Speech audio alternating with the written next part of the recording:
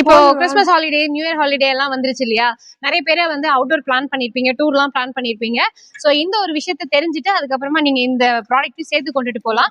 வெளியூர்லாம் போறோம் அப்படின்னா, இப்போ ஒரு ரிவர் சைட்ல எல்லாம் போறீங்கன்னா அந்த இடத்துல வந்துட்டு எப்படி நமக்கு பிடிச்ச மாதிரி சமைச்சு சாப்பிடணும். ஆனா அந்த இடத்துல வந்து அதுக்கு தேவையான எக்யூப்மெண்ட்ஸ் இருக்காது.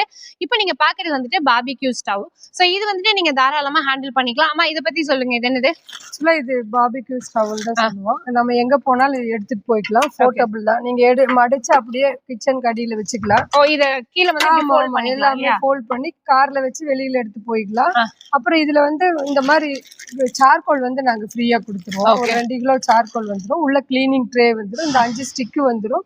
இது எல்லாமே ஸ்டிக்கு, இந்த வலை எல்லாமே வந்து 304 கிரேட் ஃபுட் கிரேட் மெட்டீரியல் தான் கொடுத்துருக்கோம்.